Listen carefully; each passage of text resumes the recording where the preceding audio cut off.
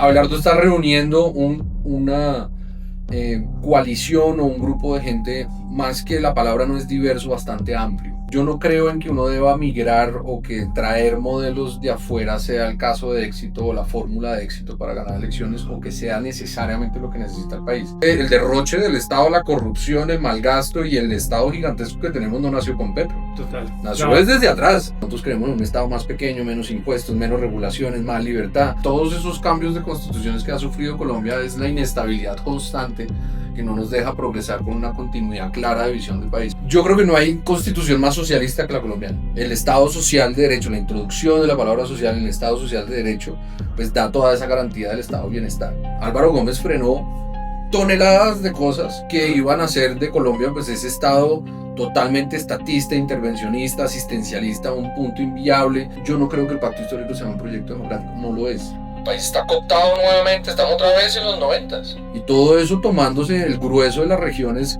críticas para el desarrollo del país, y las elecciones van a ser bajo fusil. Entonces se habla de que papá Pitufo estuvo involucrado en la campaña y no pasa nada. Se superaron los topes y no pasa nada. O sea, Petro goza de una impunidad peligrosísima. Marquius dijo, mire, como los trabajadores y los ricos no pueden ser, vamos a buscar minorías que podamos manipular. A ellas hay que instruirles el odio y victimizarlas para que puedan ser las grupos sociales mejor manipulables para tumbar el status quo. Todo lo que no piense como nosotros, hágalo tóxico. O sea, si yo fuera Petro y quisiera quedarme en el poder, es que no se necesita hacer mucha prospectiva. Es exactamente lo que pasa. O sea, Petro gana las elecciones, sea Pizarro, sea el señor Quintero, sea cualquiera de los cafres que tienen ahí.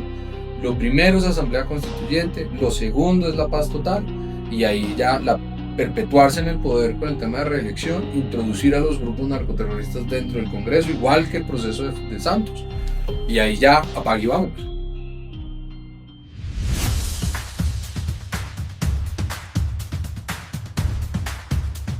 Hola, bienvenidos a un nuevo episodio de Colombia Futura. Hoy estoy pues con un líder político muy joven que tiene una gran proyección de liderazgo dentro de lo que uno podría decir que es la derecha o la centro derecha. Te le voy a preguntar eso. ¿Qué hubo, Nicolás? ¿Qué más? ¿Qué más, Julio? Muchas gracias por la invitación y feliz de estar acá. Nicolás Gómez de Salvación Nacional. La última gran noticia que conocimos del partido Salvación Nacional, Nicolás, es una alianza con la candidatura de Abelardo de la Espriella. Cuénteme en qué consiste esa alianza, cuál es el propósito de esa alianza. Sabemos que obviamente tiene propósitos electorales, pero un poco más cuál es la visión de esa alianza de cara al 2026. Pues hombre, más que propósitos electorales, para nosotros era una confluencia de ideas y de principios. Nosotros sentimos desde Salvación que nuestro discurso, nuestra visión, digamos, conservadora, la está hablando Abelardo, la está comunicando, y yo creo que esa agenda se siente representada ahí. Digamos que en el tema de coherencia ideológica estamos alineados, y ahí es lo que principalmente nos motiva a nosotros, más allá de los números o de sacar algo de provecho de esto. Nosotros no creemos ni hemos tomado esta decisión como si fuera una decisión transaccional como se acostumbra a la política. Ahora bien, también hay un aspecto que creo que era importante, que todos hemos hablado desde hace rato desde la oposición, y era el tema de la unión, de cómo hacíamos que nuestros líderes se unieran, de que pudieran lograr un solo candidato. No sé, llevamos jodiendo con esto 6, 8 meses, como diciendo lo de Petro es muy grave, desde todos los anuncios, toda la catástrofe, y creo que mi señor padre, Enrique Gómez, creo que tomó una decisión, y tomamos una decisión como partido, que es enseñar un poco con el ejemplo. Si uno va a hablar de unión, de dejar los egos a un lado, de pensar en el país primero, pues mi padre, que ya había sido candidato, tenía la posibilidad de tener aval, porque Salvación Nacional vuelve a ser un partido político desde 2022, y en vez de ser el candidato número 109, como nos ha pasado los últimos meses, que cada quien pues va teniendo su aspiración, que todas son válidas, nosotros decidimos que ver cuál era esa candidatura que tiene nuestro discurso, nuestras ideas, valores y principios, y además tiene unas altas posibilidades, porque pues al fin y al cabo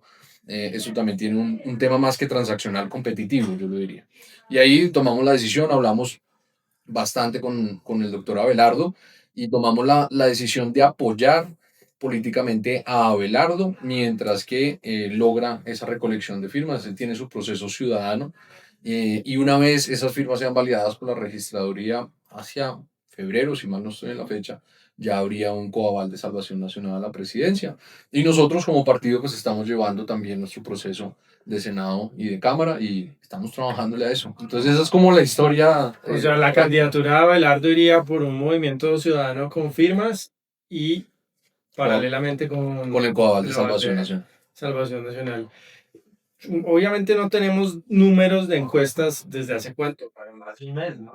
Llevamos un rato Desde la ley Mordaza que le decían los dueños de las encuestadoras. La ley muy polémica que fue promovida por varios partidos de diferentes sectores, incluyendo senadores, la senadora Paloma Valencia del Centro Democrático. Pero bueno, ya eso es una realidad y no vamos a tener datos de encuestas hasta noviembre. Pero uno sí siente en redes sociales que lo de Abelardo viene creciendo.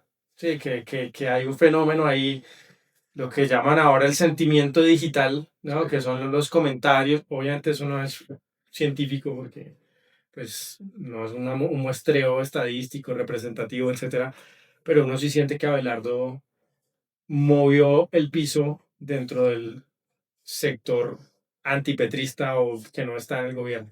¿Qué? ¿Por qué? ¿Usted por qué cree que Abelardo, qué hace diferente o qué tiene diferente para que pareciera que estuviera liderando la carrera electoral? Y yo creo que Abelardo está diciendo lo que la gente quiere escuchar. A mí me representa en el sentido de que siento que hay una amenaza a nuestra democracia, siento que hay una amenaza al país, siento que esto es hora de tener carácter, de tener una mano dura, pero también entender que el país necesita pues también una persona, un liderazgo que tenga un corazón solidario también con muchos de los problemas sociales que se tienen. Yo creo que Abelardo junta esas dos grandes cualidades. Tiene una característica sin lugar a dudas de outsider, porque pues, si bien nosotros somos muy recientes en la política, aunque venimos pues de una familia política y Salvación Nacional siempre creo que ha sido una alternativa, así sea conservadora, pero pues tiene una historia política. Abelardo es un empresario que hizo su dinero, su éxito con trabajo duro, hizo su esfuerzo y ha venido desde el sector privado. Y creo que eso le hace falta más a nuestro país, que la gente del sector privado se meta más en el tema del sector público. Una persona que tenía la vida resuelta en todos los sentidos, con una familia hermosa, con muy buen capital, creo que sin necesidad de trabajar un día más en su vida, pero pues sí, aún así sigue siendo un empresario muy activo y aún así teniendo, digamos que todas esas ventajas y privilegios, Abelardo decide venir a lanzarse y ayudar al país en el sentido de que la hora era grave y creo que tiene el discurso muy claro y viene muy motivado. Ya he interactuado bastante con él y es muy sincero el sentido patriótico de yo no voy a poder mirar, y él lo ha dicho en muchas entrevistas y eso me causa curiosidad, yo no voy a poder mirar a mis hijos y a mis nietos en el futuro decir, oiga, yo lo tenía todo y cuando mi país me necesitó no fui. Entonces creo que hay un sincero sentimiento de venir a ayudar, colaborar. Siempre ha venido con un discurso teniendo la puerta abierta a las coaliciones, a los llamados a la unión, no ha venido como a imponerse sobre nadie. Creo que hace algo muy hábil que también me gustó y es buscar el tema del movimiento ciudadano, porque eso también tiene un esfuerzo propio y es un medidor por sí mismo, no científico tampoco, pero pues hombre, si el hombre se pone sus 3 millones de firmas o las firmas que sean, pues también viene sin lugar a dudas con un apoyo ciudadano que se refleja en las redes sociales, que se debe estar reflejando en las encuestas que se están haciendo, pero que no son públicas, no se pueden publicar. Usted puede, si tiene los 60 millones de pesos, puede ir a hacer su encuesta y se queda, y me la cuenta, Julio, por favor, cómo vamos. Se la vendo mejor. O sea, me la vende por lo menos el screenshot del resultado, pero pues con la ley Mordaza no se puede hacer nada al respecto. Pero ahí lo que usted ve en métricas y cualquier samaritano se puede meter a Google Trends o a cualquiera de las mediciones públicas, lo de Abelardo es abrumador y creo que se da porque hay una campaña de un outsider que es sincera desde su raíz en el sentido patriótico y además logró, creo que con la adhesión de Salvación Nacional, de dar esa acción de unificación y de unión que se necesita para enfrentar al petrismo. Creo que la obra es grave, entonces creo que es una pues eso es lo que reúne para mí, no sé, habrá que hacer los focus group y todo lo que la gente estaba pensando, que ya sería el método científico de analizarlo, pero creo que es eso, creo que el país también está cansado de la clase política tradicional, pero hay muchos factores, pero yo creo que es principalmente por eso. No, obviamente es muy rudimentario esto que le voy a contar, pero usted sabe que yo participo en varios espacios en YouTube, en Nación Sabrosa, en... Los pues, grandes influencers de las influencias gracias, de la oposición. Gracias. y también en Vélez por la Mañana, que es otro espacio importante, y usted ve los comentarios de la gente, que está en este, obviamente no es representativo porque pues esos son espacios que no están hechos para que lo vea alguien Mm. que simpatice con el gobierno, lo que sea, y pues ellos también van a votar, etcétera, es otra cosa, pero el sentimiento mayoritario es que Abelardo de la Espriella es un candidato muy fuerte y con el cual la gente simpatiza. Hay alguna gente que le gusta el estilo, otra gente que no le gusta el estilo, pero muy mayoritariamente, y yo voy a plantear mi teoría, creo que es que este gobierno ha insistentemente maltratado ciertos sectores de la sociedad, ¿no? La gente cristiana, conservadora, que es muy grande en Colombia, la gente que tiene la causa pro vida, por ejemplo, los empresarios, los emprendedores, la gente que votó en el pasado por Uribe también, y creo que Abelardo, como habla duro, recoge parte de esa indignación y ese dolor, ¿no? Es poco, digamos, no es tan diplomático. A ver, sí, a veces lo es, a veces no, pero es duro, ¿no? Entonces creo que esa indignación la está aprovechando Abelardo también. Mira, hay dos factores adicionales haciéndole el análisis aquí, pues yo haciendo parte de Salvación Nacional que Sí, ahora sí. adhiere políticamente al candidato y estamos a la espera de hacer el coaval. Es el tema de las regiones, yo creo que Mm, también es poderoso. Mire la reacción que pasó cuando se cayó el referendo de la autonomía fiscal, o sea, yo sí creo que hay un sentimiento de que el bogocentrismo mm, tutti frutti, súper elegante, ¿no? Súper políticamente correcto, que es como esa sensación que tienen cuando usted viaja y usted que lo ha hecho y ha hablado con gente en regiones, en la costa, en la región andina, en el eje cafetero, sobre todo en Antioquia. Es como ese sinsabor de, sí, somos Colombia, somos un país, pero, oiga, que, perdón, voy a decir la grosería, qué mierda esos tipos allá sentados en Bogotá desde un escritorio creyendo que saben mejor que yo lo que mi región necesita. Entonces, sí, y además ahí hay una mirándonos por encima del hombro. ahí hay una mezcla también de regionalismos que hay que Mm, reconocer. Yo creo que pues Colombia no está para cambiar su sistema, digamos, centralista de gobierno y pasar a un tema federalista, que ha sido la discusión a lo largo de la historia, pero sí yo creo que hay que comenzar a hacer una descentralización, que es la discusión fiscal y obviamente también de empoderamiento de las regiones. El hecho de que Abelardo sea costeño, de que sea un empresario exitoso, de que sea una persona carismática, sin complejos, bien presentado, él mismo lo ha dicho, dices que la imagen, ¿no? del centro del país de los costeños es que mm. son flojos, de que no logran, pues sí, que son queridos, pero que es fiesta, que no es mucho trabajo, y este tipo demuestra todo lo contrario, entonces también él está haciendo esto, quitándole un estigma ridículo a una región que yo creo que cada vez más va a demostrar que va a ser muy exitosa. Entonces el tema de región yo creo que es espectacular y también cae. Pregunten Antioquia. En Antioquia quieren al cachaco bien vestido, así gomelo como yo, o les gusta más, pues cambiaron la opción, Sí, digamos, de Abelardo. Seguro gana Abelardo. sí. Y lo segundo, que usted lo decía, es una persona que habla sin complejos, una agenda conservadora que la gente aquí termina y siempre ha menospreciado o por debajeado. Este es un país que sigue siendo 70% cristiano o católico. Y además que creo que los valores todavía de familia, los valores de sentido común, ahora en esa izquierda woke, ¿no? Que es capitalismo woke, porque es que los más ricos, los cantantes, los empresarios son los que nos imponen la vaina de ideología de género y todas esas cosas. Pues yo sí siento que hay un gran pedazo de la sociedad, sobre todo padres de familia, que dicen, hombre, no, eso de que le vayan a enseñar temas de ideología de género a mis hijos en el colegio no me parece, Mm. y yo sí defiendo los valores tradicionales sin miedo. Entonces, para mucha gente que no puede tener la voz o que de pronto esa voz no la escucha nadie, creo que Abelardo se ha vuelto un canalizador y representa mucho de ese sentir colombiano, que pueden ser liberales y conservadores, pero que al fin y al cabo terminan teniendo una estructura de valores pues tradicional, que es la que nuestro país siempre creo que ha protegido y de defensa del libre mercado y demás. Entonces yo creo que Claro. esos son dos factores adicionales a lo que usted dice. Bueno, usted me recuerda algo que escuché alguna vez y es que a Abelardo le iba a costar sumar votos en Bogotá, porque Bogotá es obviamente la ciudad más grande del país y se necesita Bogotá para ganar la presidencia, pero yo, pocas familias más cachacas que la suya, aunque entiendo que Laureano no era bogotano, ¿verdad? No, no, no, él Era de nace a las afueras de Ocaña. Ocaña. Inmigra muy joven, el papá, Sí, migra muy joven. hacia Bogotá. Sí, pero Y pues, ahí se pero organizó. pues cuando uno piensa en la familia Gómez, pues lo vincula con lo cachaco. Entonces, No, no, no, pues después de ahí otros 110 años y en claro, Bogotá. Sí, sí. cree que eso también es un elemento importante, que traer a Abelardo, que lo miran quizá por encima del hombro desde Chapinero o Teusaquillo o el Chico. Ustedes lo ayudan a entrar al mundo político y social de Bogotá. ¿Eso es algo importante o no lo habían pensado?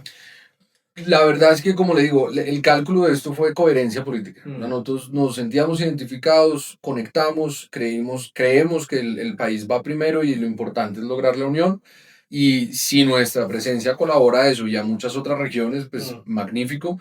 Yo creo que la presencia de mi señor padre como jefe de debate tiene un peso que sí he notado en los grupos empresariales, en la sociedad en general, en redes.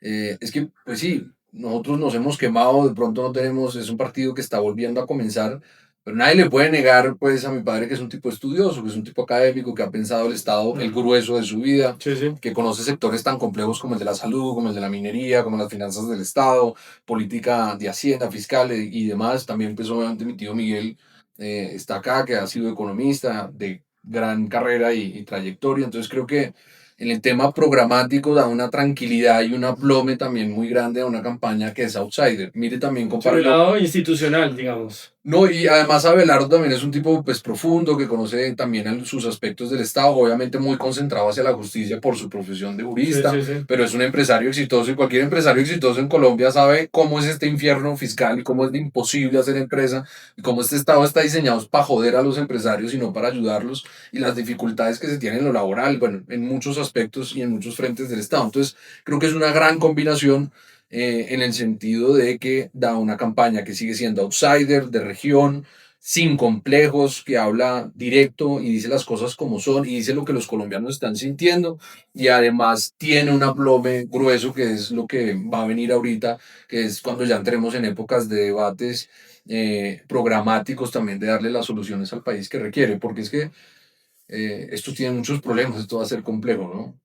Entonces yo creo que ayudamos, sí, sin lugar a dudas. Y aquí hay que sumar a mucha gente. Yo creo que no es un tema de que porque estamos los Gómez se solucione el tema de Bogotá, como lo dicen a plata blanca la gente. Aquí hay, mire, yo que llevamos apenas como 4 semanas desde que se anunció, de muchísimos sectores en Bogotá se han venido uniendo. Gente y líderes que tienen inclusive más caudal electoral que lo que podamos nosotros traer a la mesa. Y creo que son no solamente como de la agenda cristiana conservadora o católica, sino también hay gente de centro, hay gente inclusive que me sorprendió mucho de centro izquierda que se acerca. O sea, Abelardo está reuniendo una coalición o un grupo de gente, más que la palabra no es diverso, bastante amplio Mm. y muy, muy como con inclusión de diferentes sectores. Es curioso, pero está también muy temprano, la campaña apenas está curiosamente comenzando, ¿no? O sea, llevamos en campaña mucho tiempo porque se lanzaron hace mucho tiempo muchos candidatos, pero esta lleva un tiempo Hay relativamente corto. un aroma en el ambiente que dice que va a ser un candidato que va a dar la pelea para para las elecciones. Y eso yo creo que también ayuda a que lleguen más sectores y se acerque más gente. Ahora, para terminar el capítulo, Abelardo, que tampoco pues quiero hablar únicamente de Abelardo, pero me parecía importante pues Claro, claro. incluir el tema. De hecho, la primera vez que hablo, digamos así, pues yo Sí, puse un video explicando mis razones y tal, pero sí. no, nadie me ha entrevistado. El vocero tiende a ser el jefe de debate, ¿no? De todas ¿Verdad? maneras, es importante Preguntar. preguntar sobre Abelardo. Em, Hay gente que lo compara con Bukele, por ejemplo. Hay otros que dicen, no, es que es como un Milei. Otros, bueno, le hacen semejanzas con líderes regionales. ¿Usted cree que es así? ¿Que se puede equiparar a Abelardo de la Espriella como a este tipo de líderes importantes de la derecha latinoamericana? Yo creo que Abelardo lo tiene muy claro y alcanzamos a conversar. Yo creo que cuento la infidencia un poco y es, yo no creo como mucha gente pues experta, yo soy politólogo, comunicador y tengo una maestría en políticas públicas, es decir, la política es como mi campo de Mm, estudio y expertise. Yo no creo en que uno deba migrar o que traer modelos de afuera sea el caso de éxito o la fórmula de éxito para ganar elecciones o que sea necesariamente lo que necesita el país. Mm, Los problemas de Argentina son completamente distintos a los problemas que tiene Colombia y así sí. sucesivamente. Digamos que con Bukele hay una similitud por el tema de narcotráfico y seguridad. Ujú. Abelardo lo ha dicho también curiosamente, él es Abelardo de la Estrella, punto. Yo creo que igual, obviamente, como con Milei, como con Trump, como con Meloni, como muchos otros líderes, claro que hay muchísimas similitudes y nos acerca muchísimas más cosas que las que nos separan. Y ahí es donde uno, yo creo que de Milei puede coger cosas buenas, no copiar ni el estilo, ni la forma, ni decir que es que yo soy el Milei criollo, ni nada por el estilo, porque creo que no hay necesidad. Pero, por ejemplo, si nos estamos dando cuenta en Latinoamérica que la teoría esa que teníamos que ser socialdemócratas en la economía y puro Keynes y más gasto y más Estado y derroche y todo lo que se mantuvo en Argentina y que este tipo lo cambió radicalmente, pues también puede funcionar acá. Mm, No necesariamente es esa visión de la centroizquierda o de la socialdemocracia, del Partido Liberal, que es la que más ha gobernado este país, la que debería funcionar y la que nos tiene medio cagados hoy en día, ¿no? mm, Porque es que el derroche del Estado, la corrupción, el malgasto y el Estado gigantesco que tenemos no nació con Petro. total. Nació No, desde atrás, es cierto. desde varios años, varios gobiernos atrás. Porque desde que hicimos la apertura con Gaviria, que la hicimos en muchas cosas con unos objetivos muy loables, nos faltó muchísimas otras cosas más para que pudiera llegar a buen puerto. Y terminamos fue devolviéndonos con Samper y bueno, la historia patria que nos lleva desde un manejo del Partido Liberal Santista y a algo que yo, por ejemplo, no confluyo y no estoy de acuerdo. Nosotros queremos un Estado más pequeño, menos impuestos, menos regulaciones, más libertad.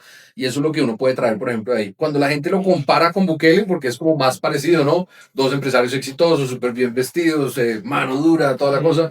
Yo creo que igual usted no puede... Físicamente tiene su parecido. Ah, sí, pues físicamente pues, usted lo puede decir, pero que yo considere que, o sea, que ni Abelardo lo dice, como le digo, Abelardo dice que él es Abelardo y eso me gusta porque trae Mm, autenticidad. Uno tiene que ser auténtico en la vida, no copiar modelos ni compararse con nadie más. Creo que Abelardo tiene muy presente, y es lo que también hemos conversado, El Salvador es más o menos del tamaño de Cundinamarca, un poquito más grande. Pues mm, claro, resolver los problemas de seguridad es distinto cuando usted tiene, ¿no?, cinco de los grupos más grandes de narcoterrorismo del hemisferio, en donde Colombia es un país de las dimensiones casi que de la mitad de Europa, con el, no sé, 15 veces más población y territorio que lo que pueda hacer El Salvador. Entonces creo que las dimensiones son distintas. Que uno pueda llegar a decir que es que va a hacer exactamente lo de Bukele, no creo, creo que acá hay una cosa distinta que es la Corte Constitucional. Acuérdese que él allá puede cambiar los magistrados y por eso él hizo creo que el estado de excepción, cambió magistrados y con eso ha podido hacer todas esas reformas que hizo y pues tener ese estado de sitio. Eso aquí en Colombia no funciona así. Entonces uno yo creo que tiene que ser auténtico y tener su propio modelo para poder hacer ese cambio que ojalá nos lleve a lo mejor de cada uno de esos experimentos, lo podamos juntar en Colombia y devolvamos a Colombia a ser esa democracia insignia de nuestro hemisferio que fuimos por muchos años. Era una democracia con todos los problemas del universo, pero sólida, pujante, grande, próspera y libre. Eso es como el objetivo. pero usted me recuerda un asunto clave y es que acerca de todo ese consenso socialdemócrata, digamos, Mm. pero Salvación Nacional, y eso de pronto, sobre todo las personas más jóvenes, quizá no lo saben, es que Salvación Nacional es uno de los tres partidos O el de la que Constituyente. firmó la Constitución del 91. Y ahí, pues hay mucha gente que señala la Constitución del 91 poco como el origen de esos problemas, no solamente en asuntos económicos, sino en otros aspectos, por ser, digamos, demasiado socialdemócrata, quizá, ¿sí? Por expandir derechos sociales, etcétera. ¿Usted cree que fue un error de Salvación Nacional la Constitución del 91, porque pues, son corresponsables de ese documento, No, o se ha deformado la Constitución del 91? es curioso porque es que yo creo que sí hay que cambiar unas cosas, no hay que cambiar la constitución, como dice el petrismo. El petrismo sí terminó odiando la constitución del 91 y no la quiere cambiar. Sí. Yo creo que cambiar constituciones cada vez que hay unos problemas trae inestabilidad y a este país le ha pasado mucho. Las antiguas constituciones desde 1830, más adelante 1863, todos esos cambios de constituciones que ha sufrido Colombia es la inestabilidad constante que no nos deja progresar con una continuidad clara de visión del país, a diferencia, por ejemplo, de los Estados Unidos que pues, hay enmiendas y modificaciones y cosas por el estilo, pero que se mantiene, digamos, a lo largo de los años. Yo creo que no hay constitución más socialista que la colombiana. El Estado social de derecho, la introducción de la palabra social en el Estado social de derecho, pues da toda esa garantía del Estado de bienestar. Que no lo hayamos podido cumplir, ese es otro problema diferente. Pero yo creo que ahí cuando, si bien digo esta crítica, Álvaro Gómez entendamos que entra en esa constituyente haciendo una decisión del Partido Conservador, que lo querían llamar los Pastrana, el Partido Social Conservador, Mm. porque recordemos que entre los liberales y conservadores, que son dos partidos verticales en el sentido de que nunca fueron como la oligarquía en contra del campesinado, sino que ambos partidos siempre tuvieron en sus filas, desde el más rico hasta las clases Politicista. más populares, y lo mismo en el otro lado, y las diferencias siempre se centraron grandemente, o sea, más grandemente se notaban con el tema de la religión. Mm. Pero generalmente los dos emanan más o menos de una visión. Que todos en su momento todos eran católicos, unos más católicos que otros. No, los liberales eran católicos, pero lo que decían los liberales es que la iglesia tenía que separarse del Estado, y los conservadores decían en algunas cosas, pero no del todo. O sea, Dios tiene que estar dentro de la cosa del Estado. Entonces, y ahí podemos entrar en un debate eterno. Yo no creo que Álvaro Gómez se le pueda achacar, digamos, per se, esa responsabilidad de ese socialismo, asistencialismo, que digo, porque Álvaro Gómez de hecho entra y hace ese esfuerzo descomunal de entrar a esa asamblea constituyente para frenar mucho de lo que el M19 del Partido Liberal querían poner. O sea, pudo ser peor, güey. Pudo ser muchísimo peor. Álvaro Gómez frenó toneladas de cosas que Mm. iban a hacer de Colombia pues ese estado totalmente estatista, intervencionista, asistencialista, a un punto inviable.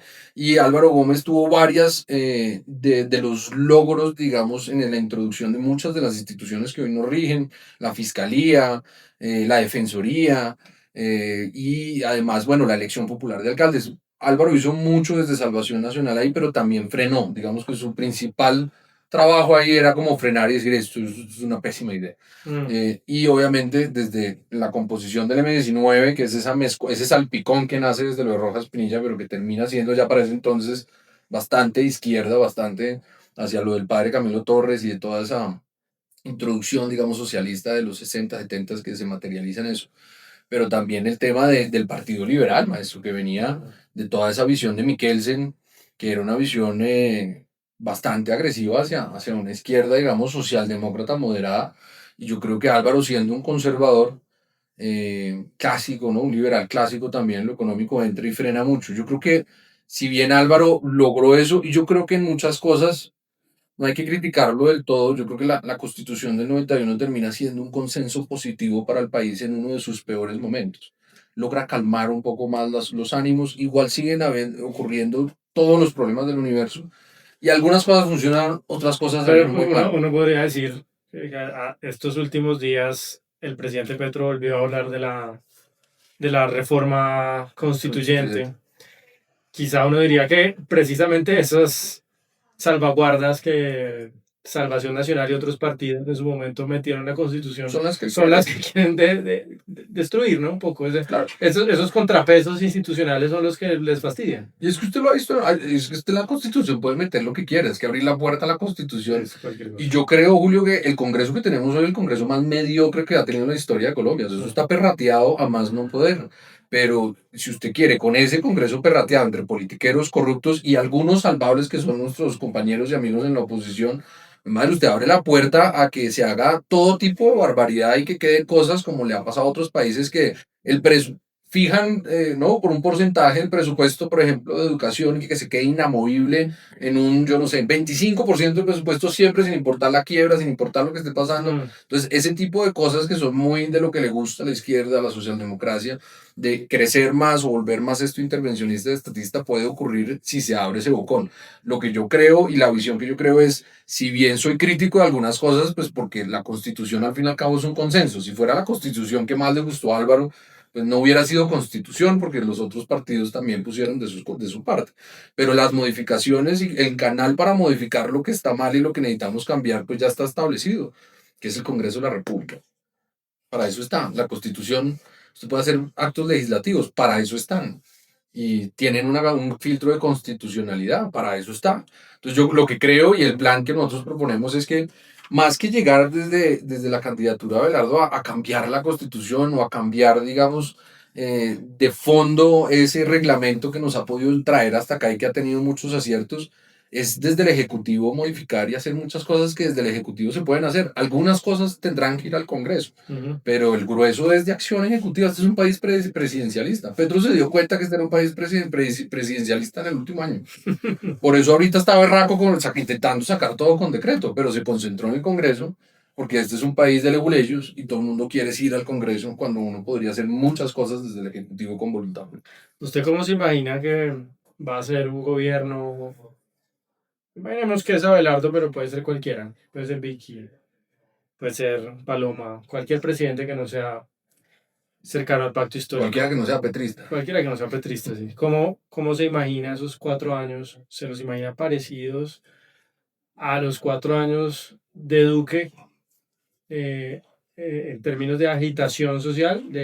Claro, no es, ahorita usted me decía como pues hay que hacer las cosas bien y es importante que se hagan las cosas bien, pero digamos que si vemos esto como un partido de fútbol, pues la izquierda radical en la oposición va a hacer todo lo posible para que no vayan bien las cosas a un eventual gobierno de Abelardo, Vicky, de lo que sea. ¿Se lo imagina así? ¿Se lo imagina con Maestro, protestas permanentes en las calles o cree que esa gasolina ya se les acabó? es que el problema que hemos tenido desde la oposición en los sectores democráticos, porque yo ya me he radicalizado un poco en un solo aspecto en mi vida, y es que yo no creo que el pacto histórico sea un proyecto democrático, no lo es. No lo es. Un proyecto que dice que hay que cerrar el Congreso, cerrar los medios de comunicación, hacer todas esas barbaridades autoritarias, pues lamentablemente no es un proyecto autoritario y además es un proyecto político corrupto. Yo lo que creo es que tenemos que hacerle caso a lo que ellos dicen que van a hacer. Petro, desde el momento que ganó Duque, dijo que le iba a hacer la vida imposible, dijo que iba a frenar el país, dijo que iba a hacer todo lo que pasó.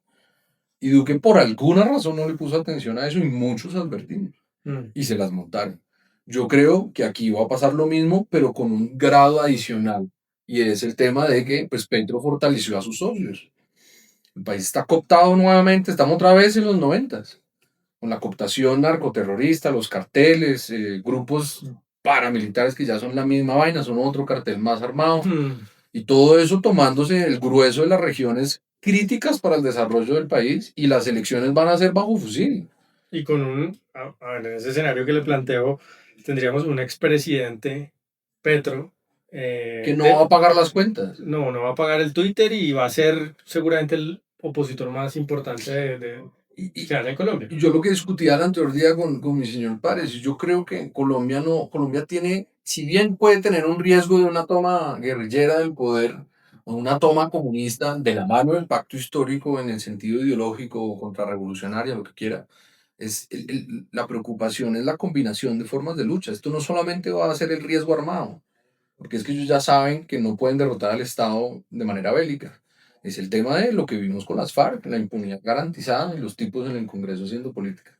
Es tan grave que ya tienen candidato los berracos también para la presidencia. Y ahí está, ya todo el mundo sabemos. Ahorrémonos la demanda y la sanción al canal. Y además de todo, la impunidad transversal que goza el pacto histórico que la fiscal se está garantizando de dar. Entonces, acá el narcotráfico financió al hijo del presidente de la campaña en la costa y no pasó nada. Aquí al hijo de madre que tenemos de ministro del Interior que habla de 15.000 millones de pesos, que vaya a ver uno de dónde salieron, en un audio aceptado por él, hoy nos habla de moral con nuestros impuestos y no pasa nada. Entonces se habla de que papá Pitufo estuvo involucrado en la campaña y no pasa nada. Se superaron los topes y no pasa nada. O sea, Petro goza de una impunidad peligrosísima. Y esa impunidad, créame que no va a cambiar de la noche a la mañana con el siguiente gobierno, sea quien sea. Va a ser de un trabajo arduo de que la justicia, que ya es ineficiente desde antes de Petro, obre para poder poner a esta gente a responder ante la justicia, más quién sabe la tonelada de dinero que se han robado, como lo de la unidad de riesgo, viene una cosa grandísima, lo del DPS, ese Gustavo Bolívar va también que responder ante la justicia. Yo estoy seguro, y lo he denunciado mucho, el tema que hizo Susana Mohammad con el Fondo para la Vida y la Biodiversidad, también se van a robar todo eso y hay que estar pendientes de eso. O sea, hay que llegar a hacer auditorías. Entonces usted tiene el tema político, el brazo armado, la impunidad garantizada y un expresidente que está desesperado porque sabe que lo van a meter preso en donde no tenga poder, jodiendo todos los días. Claro, el gobierno, el siguiente gobierno, y es la tarea que estamos haciendo con Abelardo, tiene que llegar con un plan de ejecución. O sea, aquí no podemos seguir eligiendo una gente que llega a aprender como le tocó a Duque o como le tocó a Petro. Santos ya era un tipo de Estado, por eso hizo su agenda, macabra, pero su agenda. Uribe era un tipo que ya había gobernado, que ya era gobernador, llegó, hizo su agenda y salvó al país. Y ahora lo que nosotros creemos y el trabajo que estamos concentrados es darle a Abelardo cuando sea presidente el armazón programático en decretos y proyectos para que en los primeros 100 días este país retome el rumbo. Y eso es lo que hay que llegar a hacer con un buen equipo, con profesionales, ojalá maestro como Julio en el Congreso o en el Ejecutivo, pero con gente que sea capaz, que tenga el país primero y que saquemos esta vaina adelante, porque yo sí creo que vamos a una guerra asimétrica con esta gente, en el sentido de que no es declarada, pero entonces yo te bloqueo Buenaventura, vuelvo y te bloqueo Cundinamarca, vuelvo y te bloqueo, igual que lo que ya hicieron, porque es que el paro, los bloqueos armados, pueda que mucha gente sí protestó porque estaba indignada, porque el gobierno de Duque tampoco fue magnífico, pero los bloqueos violentos, sistemáticos y coordinados era el ELN y eran varias organizaciones terroristas. Si no, Sí. dejémonos de mentirnos, o sea, y eso Sí, ya se está comprobando. el estallido social no es esa cosa romántica y Sí, realista que nos contaron. no, y esa gente de la primera línea, si ni siquiera logra graduarse de la universidad, va a venir a bloquear estratégicamente el país en coordinación, ¿no? ¿Dónde estaban los recursos? Es que eso cuesta plata. Sacar a esa gente durante tanto tiempo, ¿quién los alimentaba? ¿Quién les daba la indumentaria? ¿Quién les daba el know-how? Entonces, si usted pone unos guerrilleros de experiencia, sin necesidad de fusil, a coordinar un grupo de pelados manipulables, pues claro que lo van a hacer otra vez. Bueno, pues Y tienen la plata, ¿no? Tienen la esto plata. suena a teoría de conspiración, pero se acuerda que la televisión pública de Rusia hacía cobertura y hacía propaganda a favor del paro. Pero es que no es conspiración, estaba comprobado por el Ministerio de Defensa. Acuérdese que muchos de los mensajes eran falsos, pero estaban sincronizados para votarlos en el momento indicado de las protestas para que se volvieran más violentas. O sea, Sí, sí, sí. eso ya se comprobó. Y bueno, hablemos del tema geopolítico. ¿Qué cree que va a hacer Maduro? Pues, papito Petro, ¿qué necesitas? ¿Qué necesitas? ¿En qué te apoyo? ¿Qué plata quiere para volver inestable el gobierno aquí? Sí, Y ahí es donde yo por lo menos me siento un poco tranquilo de que ya no tenemos un gobierno de los Estados Unidos sinceramente pendejo en la política internacional, porque es que uno no puede olvidar su hemisferio. Entonces Estados Unidos dejó de mirar acá y China y Rusia se tomaron todo. Eso es otra pelea para otro podcast. Yo peleo Claro. mucho con la cooptación económica de China porque los chinos son muy jodidos. Son muy jodidos. Sí, que la peor pesadilla para Maduro sería quedar que en Colombia hubiera un gobierno adversario de sus intereses, ¿no? Claramente, hoy el gobierno colombiano tiene una sociedad con el gobierno, o con la dictadura, o con el cartel de los soles, como usted le quiera poner. Pero, ¿de qué naturaleza usted cree que es esa sociedad? O sea, es una sociedad más, quiero decir, es una sociedad ideológica. Ellos están en el mismo tipo de foros internacionales, el foro de Sao Paulo, o es una sociedad más de intereses oscuros, de intereses criminales, digamos. ¿En qué nivel cree que está esa alianza que nos han contado o de la que nos hemos dado cuenta entre el gobierno de Petro y el gobierno de Maduro? ¿O somos muy mal pensados y es, como dice el presidente Petro, simplemente ellos no quieren intervenir en los asuntos venezolanos? No, aguas. Yo creo que, a ver, miremos, echemos para atrás. Pia Córdoba, Iván Cepeda, todo el secretariado de las FARC, muchos otros políticos han sido sustentados, financiados, queridos, aliados, cómplices, amigos del chavismo. Sobreviven y digamos que la Internacional Socialista de Latinoamérica del Foro de Sao Paulo sobrevivió gracias a esas grandes reservas petroleras y la riqueza de Venezuela, que a diferencia de Cuba, que es una uña en el mar que no tiene recursos y además con un embargo durante muchos años, pues no podía sostener la causa comunista en toda Latinoamérica, pues yo sigo y creo fervientemente que eso sigue activo, que ahora lo llaman más bonito y hablan del progresismo y hablan del Grupo de Puebla y sale Sampera a decir que es que todos somos unos conspiranoicos, joder, pero ahí están, tomaron toda Latinoamérica, se volvió roja, en casi todos los gobiernos. Y eso tiene que ser financiado de alguna matriz. Entonces, el Estado de Venezuela es un Estado criminal, narcotraficante, pero es de corte socialista y comunista. Y yo creo que eso no es exagerado ni conspiranoico. Mire que muchos petristas, curiosamente, cuando ya Petro comenzó a reconocer más de frente a Maduro, salían a decir, oiga, como que el castrochavismo sí existe, ¿no? No vio los trinos de mucha gente que decía que nosotros éramos unos Sí, exagerados. que la tía uribista, decían ellos. La tía uribista tiene Joder, razón. pero la dictadura venezolana resguardaba. Era un poco obvio que esos lazos existían desde hace Pero décadas, ¿no? haga el cálculo. Han resguardado a Evo Morales, han resguardado a Correa, le han dado siempre a todos los políticos brasileños resguardo, a los cubanos, a Nicaragua, a toda esa cúspide de autoritarios que hay en la América Latina, Venezuela siempre los ha ayudado. Y a Petro yo creo que es el pago de dos favores. El primero, pagos de campaña, sin lugar a dudas, a mí no me sorprendería que en el próximo gobierno, no nos vamos a enterar en este gobierno, pero en el próximo gobierno nos enteremos que hubo de alguna manera influencia de Venezuela en las elecciones. No sé si a la campaña directamente del presidente, pero sí en las elecciones tiene que haber ocurrido algún tipo de injerencia y lo vamos a revelar cuando lleguemos al gobierno. Pero con esta fiscal seguramente no lo vamos a saber, ¿no? Ese tipo de Ah, cosas. pero para eso existe la cooperación internacional. ¿Usted cree que los Estados Unidos no sabe si pasó algo? El problema es que de nada le sirve a ellos inestabilizar Colombia teniendo el problema con Maduro. Lo que más se le moja la boca a Petro es tener un conflicto con los Estados Unidos. Sería lo único que salvaría el final de su presidencia. Por eso hay que tener cuidado. Porque es que Petro lo que está haciendo, igual que Maduro, de responderle, hacerse el hombrecito con Trump, es porque todo dictador criollo necesita una pelea con Estados Unidos. Usted no puede quedarse en el poder siendo aliado de los Estados Unidos. Claro, O así que sea, el garante de la democracia. claro, sí, y ahorita Petro que ya está radicalizando y está moviéndose hacia la Asamblea Constituyente, Ujú. nada de esto es casual. O sea, estos tipos son ineptos, son brutos, son corruptos, de acuerdo. Pero en su agenda, pues porque no son, digamos que ellos no son hábiles en el tema de la gobernanza, pero sí son hábiles en, pues, madre, en lo que les gusta, en quedarse en el poder. Y además calcule, uy, gracias maestro, calcule que llevan 12 o 20 años intentando llegar, ¿no? A donde están y se van a dejar sacar de la noche a la mañana. Ni de fútbol. Por eso Petro, ya después de que todo fracasó, y sobre todo porque perdió el magistrado de la Corte Constitucional, está hablando ahora de un proceso constituyente y de otra vaina para encontrarle una salida a lo que él quería hacer, y era que si él cambiaba las mayorías en la Corte, lograba que le aprobaran, así el Congreso no quisiera, el tema de la constituyente. Y ahí sí nos llevó el que nos trajo. Mm. Porque lo mismo, es el mismo manual de Chávez. A mí es lo que me impresiona es que a veces o la falta de memoria o la cantidad de problemas que enfrentamos nos hace olvidar que pues Chávez hizo exactamente lo mismo. Y allá están. Y no los van a sacar. No los van a sacar. Eso pueden presionarlos hasta un año más. Esos tipos se acoplan. Entonces, y además la historia nos ha enseñado que los dictadores no caen por cuenta sola. Caen es por intervención extranjera.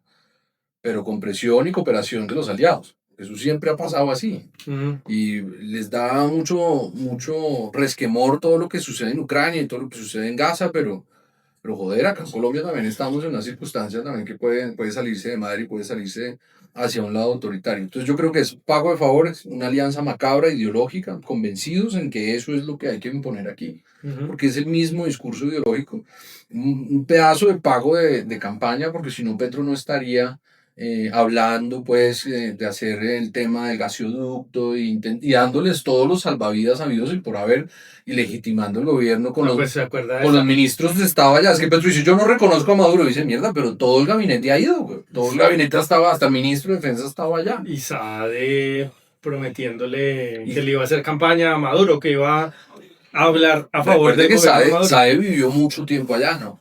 Mm. Sae es orgánico de sus tipos. Y hoy tenemos al exdirector de inteligencia en Nicaragua contando todos los secretos de Estado. Mm. Hombre, no, yo sí creo que acá hay cosas difíciles. Mire nomás la Cancillería.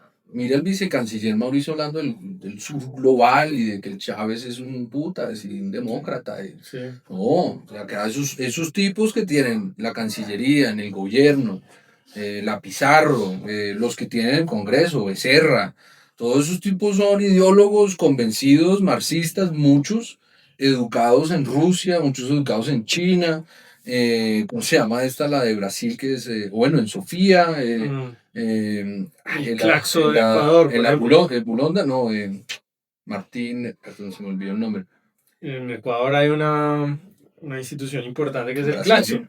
No, y en Brasil hay una gigantesca, se me olvidó el nombre, pero ahorita Pero todo eso, Nicolás, incluyendo esas instituciones, tiene que ver con eso que ahora se llama la batalla cultural, lo que ahora le dicen la batalla cultural, que es una, como parte de esa guerra asimétrica, ¿no? Mm, Que es cómo conquisto, digamos, la opinión pública y cómo conquisto también los valores de la opinión pública, que yo creo que eso hace parte del teflón de Petro, ¿no?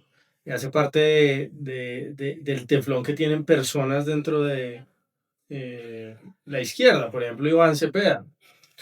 Iván Cepeda, pues es una persona que hizo una campaña para que saliera a Santrich de la cárcel, Santrich amigos, e Iván Márquez, muy cercano a ellos. Luego terminan montando un grupo terrorista que hoy es el principal señalado o por lo menos las investigaciones preliminares de la fiscalía, que vamos a ver qué terminan, pues señalan hacia allá en el caso de Miguel Uribe. Eso se lo cuento para, digamos, hablar de si esa misma historia usted la cuenta al revés y la cuenta con un político que no es Iván Cepeda, sino con una derecha, pues estaría destruido políticamente. Iván Cepeda hoy está muy vivo políticamente, ¿no? Y eso tiene que ver con esa batalla cultural, con la sensación de que todas estas luchas, incluso la corrupción desde la izquierda tiene una justificación moral, ¿no? Que se hace por un bien mayor, así como decía en algún momento, eh, y lo decía el ex magistrado Carlos Gaviria, ¿no? No es lo mismo matar a alguien por plata que matarlo por una causa política o por el bien de la sociedad. Él sostenía esa, digamos, esa tesis del delito político como una categoría distinta. Pues todo eso hace parte de cómo ellos han conquistado los valores de la sociedad y tienen una causa que es respetada por una parte muy importante de la sociedad y les da ese teflón, ¿no? Creo que va por ahí la cosa. Uy, hay muchos hilos, mire, yo creo que por alguna razón, porque cuando usted dice el fascismo, el nazismo es intolerable e inaceptable para todos en la sociedad, pero el comunismo sí, ¿no? Es la dualidad que vive la modernidad hoy en día. Sí. Eso viene desde la Segunda Guerra Mundial, con el simple hecho de que la Unión Soviética pues ayudó a los aliados a ganar. Si la Unión Soviética por alguna razón se hubiera, claro que era imposible políticamente hablando, ya en su momento hacer el análisis, pero que se hubiera aliado con el régimen nazi y la Unión Soviética hubiera estado del otro lado y hubieran ganado, pues o hubieran perdido y los aliados hubieran derrotado a la Unión Soviética, a los nazis, ambas ideologías, ambos símbolos estarían rotundamente prohibidos, pero la dualidad que tenemos es que Rusia estuvo del otro lado.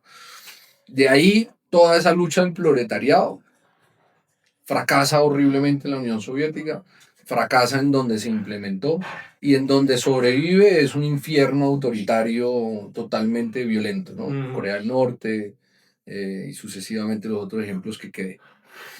Después del fracaso de la lucha de clases, vienen los 60 y los 70, la revolución sexual y la revolución, digamos, de los hippies, literalmente el hippismo como un movimiento en los Estados Unidos. Y muchos de esos grandes pensadores, que acuérdense que el origen del marxismo es alemán y el propósito de Marx era que la revolución fuera en Alemania, no en Rusia, pero termina pasando es en Rusia y no en Alemania, pero muchos de esos pensadores migran después de los que sobreviven y los que no se quedan migran de Alemania y de Rusia hacia los Estados Unidos. Entre esos, Marcuse, que es el que yo he estado estudiando últimamente más porque es donde encuentro que está el inicio de nuestros problemas que vivimos ahorita. Y es que Marcuse entiende, y él mismo lo escribe en muchos de sus textos, de que la causa revolucionaria para la utopía socialista fracasó rotundamente y basado sobre todo en la lucha de clases de la lucha obrera contra la aristocracia. Hay que reinventar esto, pero no perder el objetivo de buscar la utopía socialista igualitaria, ¿no?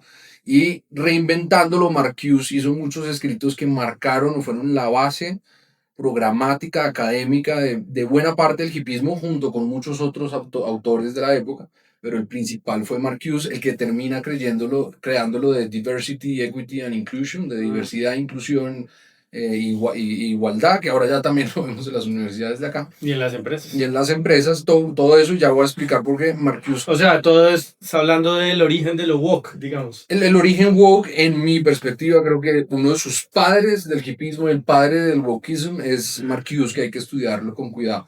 Marcuse entendía que la pelea o el discurso entre los ricos y pobres no iba a funcionar porque las sociedades capitalistas fueron sumamente exitosas. El blue collar worker, que es el trabajador de clase media en Estados Unidos, cuando era el sueño americano, hoy pues hay conversación sobre el sueño americano, pero igual un blue collar worker en Estados Unidos gana muy bien. Claro, un pequeño paréntesis, y ya he mencionado esto varias veces en este podcast porque es exactamente lo que usted dice. No sé si se acuerda de una entrevista que le hacen a Petro en Canal Capital. El que si se hace rico se vuelve derecha. Exacto, es eso, ¿no? Es ese peligro del avance económico y Esa social. frase de Petro es la reinterpretación del análisis de Marcuse, que es muy antiguo de los 60 y los 70. Mm. Marcuse que decía, sí, mire, acá la clase proletaria se nos volvió demasiado rica, no va a querer una revolución. Sí, tiene carro, tiene No, el va al cine trabajador los domingos, ese tipo de cosas. durante la época de oro de los Estados Unidos, después de la posguerra, 50, 60, 70, 80, la gente, pues el blue collar worker, que era como el trabajador de clase media, el Sí. trabajador, digamos, manual, ya Mm. sea fábrica, electricista, etcétera, pónganle el nombre que ustedes quieran, o el empleado de una gran compañía, tenía casa, tenía carro, podía tener 4 hijos, tenía casa de verano y tenía su voto. O sea, a ese huevón, ¿qué se le va a ocurrir ir a hacer una Una revolución revolución. armada contra el status quo? Eso se dio cuenta Marcuse que era across the board, o sea, en todo el mundo, también en la sociedad europea, después de la posguerra, que tiene ese boom económico gigantesco, gracias también a los Estados Unidos y en Japón también. Entonces, ¿qué es lo que propone Marcuse? Dice, necesitamos encontrar un causante divisorio que nos promueva esa revolución para llegar a la utopía. Porque tanto como Marx, como Marcuse, como casi todos los filósofos del marxismo y del comunismo, por eso yo siempre digo que terminan en autoritarismo y en violencia, porque la ideología, la raíz de la ideología no permite más, es buscar una rebelión armada, violenta, que genere un caos arrasador, que de ese caos emane la utopía Mm. socialista que ellos imaginan. Marcuse dijo, mire, como los trabajadores y los ricos no pueden ser, vamos a buscar minorías que podamos manipular. La principal, la minoría negra en los Estados Unidos, recién salidos de la separación o las leyes de segregación en los Estados Unidos son el objeto perfecto para manipular junto con otras minorías sexuales y excluidas de la sociedad. A ellas hay que instruirles el odio Mm. y victimizarlas para que puedan ser los grupos sociales mejor manipulables para tumbar el status quo. Y ahí arranca los Black Panthers, hay varios movimientos más o menos pequeños que terminan de pasar de las protestas estudiantiles, en Berkeley hubo muchas, a la acción armada organizada contra o el objetivo de derrocar el status quo en Estados Unidos. Fracasa horriblemente como hacia los 80s. Ya hacia los 80, hacia los 90, lo último del pensamiento de Marcuse es el sistema capitalista es tan poderoso y tan exitoso que hay que acabarlo desde dentro. Ujú. Por eso ahí usted comienza a ver eso arranca en los 90 y hacia los principios de los 2000, mediados de los 2000, yo todavía estaba en el colegio, ahí comienza el wokeism dentro de las empresas, en Disney, y curiosamente usted se sienta a ver y los principales promotores en el mundo occidental de la ideología progresista o el wokeism son Google, Disney, Oprah, ¿no? Los tipos más ricos, los más poderosos que terminan introduciéndose, comiéndose esa ideología porque Marcuse muy inteligentemente dijo, mire, tenemos que educar a la gente para que entre a las empresas convencida de esta ideología, se haga entrar a las empresas y la imponga dentro del capitalismo. Porque el capitalismo es tan exitoso, es el único sistema exitoso, no perfecto, pero muy exitoso en nuestra existencia, que es tan eh, eficiente que hay que destruirlo desde por dentro. Entonces, por eso, usted también, la familia, la sociedad o el Western Value, si no lo destruye desde dentro, no lo puede destruir. Entonces, es por eso, eso combinado todo en las formas de lucha del libro antiguo, comienza a materializarse en lo que estamos viendo hoy, que es las mismas compañías, los mismos noticieros, el political correctness, que la corrección política no es un término nuevo, sino es un término viejísimo de la Unión Soviética. Ujú. ¿Usted sabía eso? Ujú. La corrección política es una forma de censura para los que sean traidores o digan cosas que no son revolucionarias. Mm. Entonces, eso nació en la Unión Soviética. La corrección política viene y es un término y es una mecánica de censurar y atacar al contrario. Y Marcuse, aparte de toda esta perorata, perdón que me alejé, pero No. esto nadie se lo explica a la gente y me parece importante que es lo que hay que comenzar a explicar. Marcuse estableció la lucha comunicacional, era también experto en temas de comunicaciones, era un teórico de la comunicación, no creo que de campo de estudio oficial, pero sí, digamos, se metió mucho en eso y es, usted tiene que generar, aparte de todas estas estrategias de cooptación, tiene que generar una lucha comunicacional y es la que estamos viviendo usted y yo y todos los que estamos en oposición y que pensamos, no somos ni siquiera como de derecha, nadie acá es de derecha radical ni extrema, nosotros somos liberales clásicos con algo de sentido común, mamados de la estupidez de la izquierda y creemos que lo que funciona hay que hacer, dejarlo. Pero Marcuse, y vuelvo, perdón que me desvíe ahí, vuelvo a decir que Marcuse comienza a introducir el tema comunicacional, que es lo que vimos sobre todo desde 2008 en adelante, como hasta el primer gobierno de Trump, que es donde se parten un poco las aguas, que es que no más, o sea, la estupidez y el extremismo de los demócratas hay que frenar. Y después pierden otra vez con Kamala Harris en esa dinámica, y es todo lo que no piense como nosotros, hágalo tóxico. La intolerancia deliberativa lo llamó él. Entonces, ¿cómo joder al contrario? Porque como siempre ellos arrancan desde una superioridad moral, porque ellos quieren salvar el mundo, quieren que todo el mundo tenga todo. Ujú. Ellos siempre vienen con un discurso positivo, que es una trampa retórica para que en la discusión no se tenga que profundizar, sino que ellos inicien con el punto ganando de superioridad moral, porque cuando usted está hablando, cuando yo quiero salvar el planeta y tú no, pues ya de inicio vas perdiendo, porque es que tú no quieres salvar el planeta, que es la misma conversación que usted le ha tocado sufrir con la gente izquierda. Pero además de eso es, usted piensa diferente a mí, ergo usted es un nazi, usted es un fascista, usted hay que hacerle que usted sea intolerable en el debate político y social. Mm. Usted es censurado. Y ahí Usted, es donde se ve toda esa explicación. Hay un libro muy bueno, se lo va a regalar ¿cómo se llama este man? Bueno, ahorita no me acuerdo, pero es como la revolución de la izquierda se logró en Estados Unidos, que es de Thomas Sowell, tal vez. no, no es de Thomas, es de un man que se llama Rufus, creo, ahorita se lo muestro, para que lo pongan en la edición. Buenísimo, buenísimo. Lo pondremos y lo referenciaremos. Nicolás, usted es profesor de universitario, ¿no? Y Sí, entiendo, creo que me ha contado que era de primeros semestres.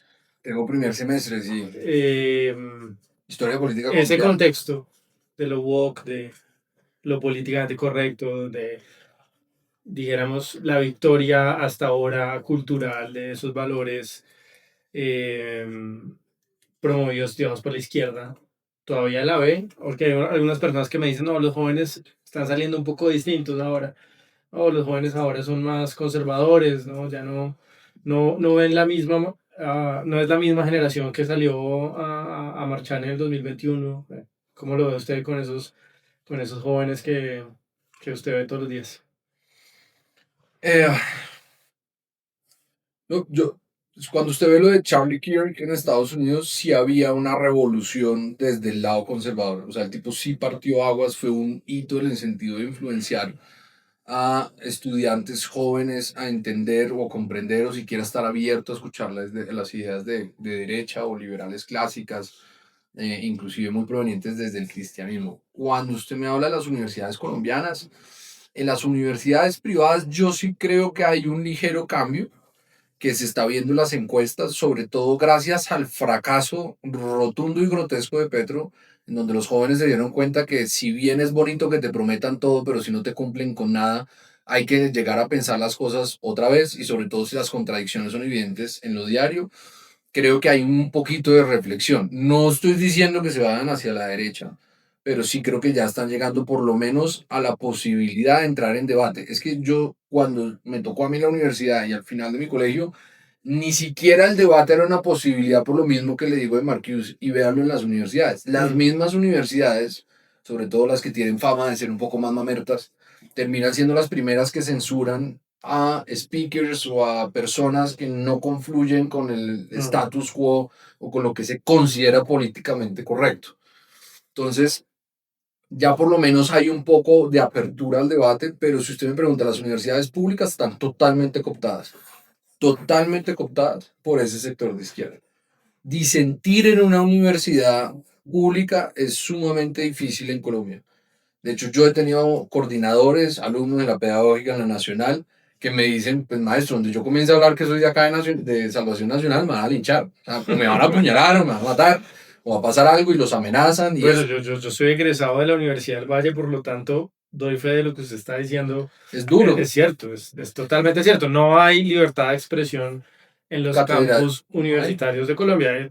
Yo, pues, conozco el tema de las universidades públicas, pero sospecho que en otras universidades que no son del Pero Estado pasa algo En parecido. los Andes también pasa. Y Mm. pues madre, está pasando en el Rosario, y en el externado, pues olvídese.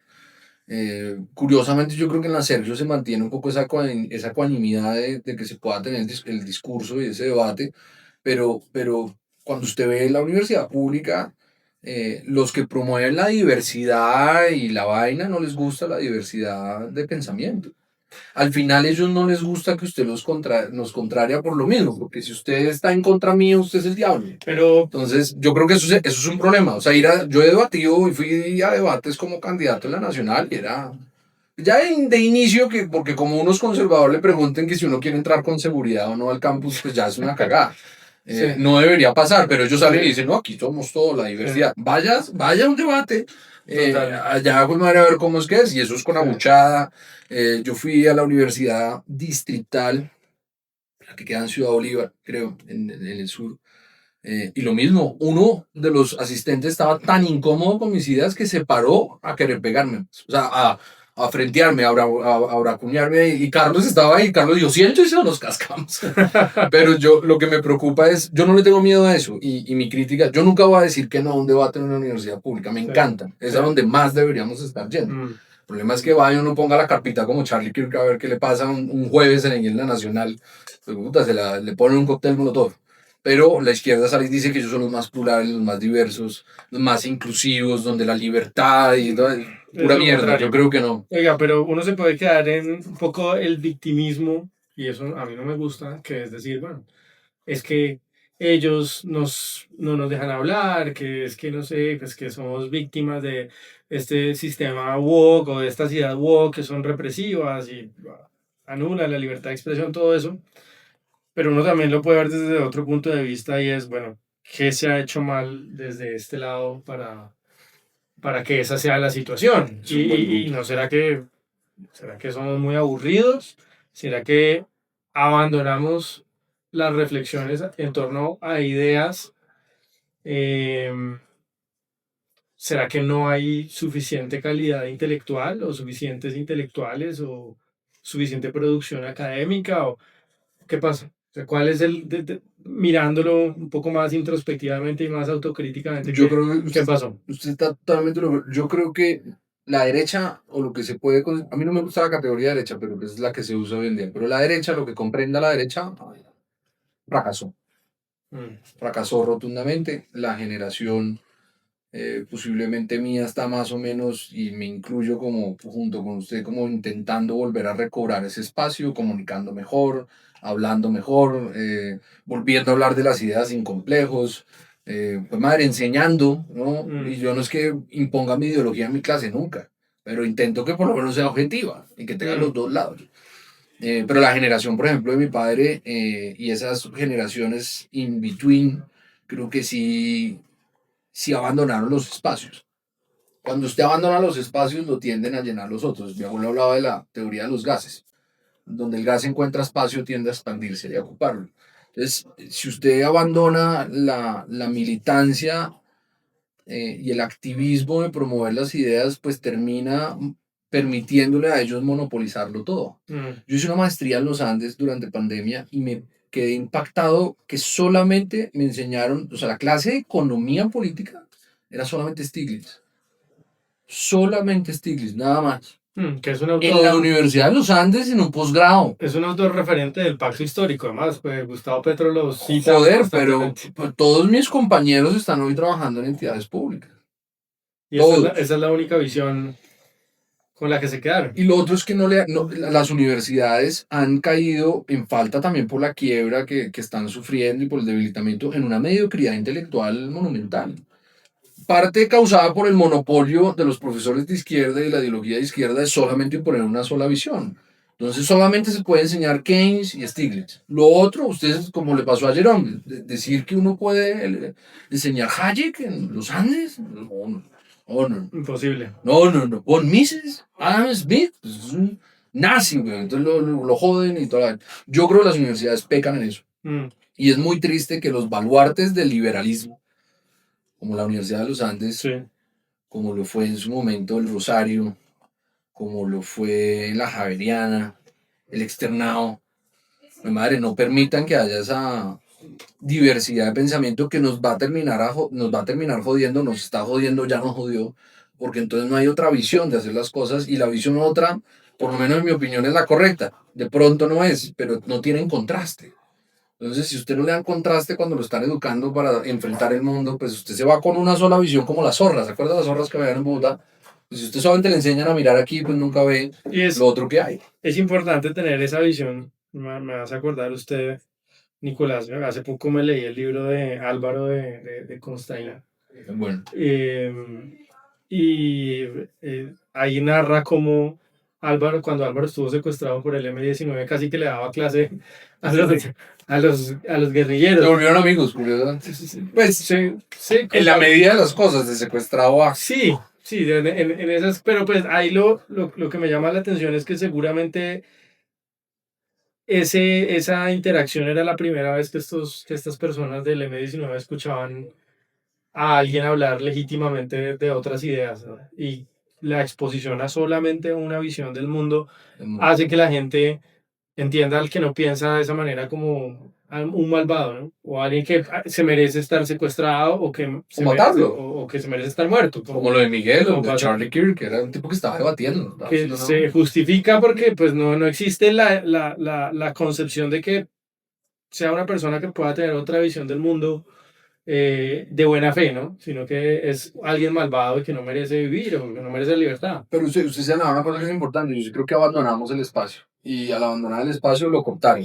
Y ahora la tarea es volver a estar y volver a hablar de las ideas, volver a hablar con respeto, sin agresividad. Ojalá que comenzar que este país que no tiene programas de opinión, que tiene muy pocos programas de opinión Sí. y de debate, tenga más.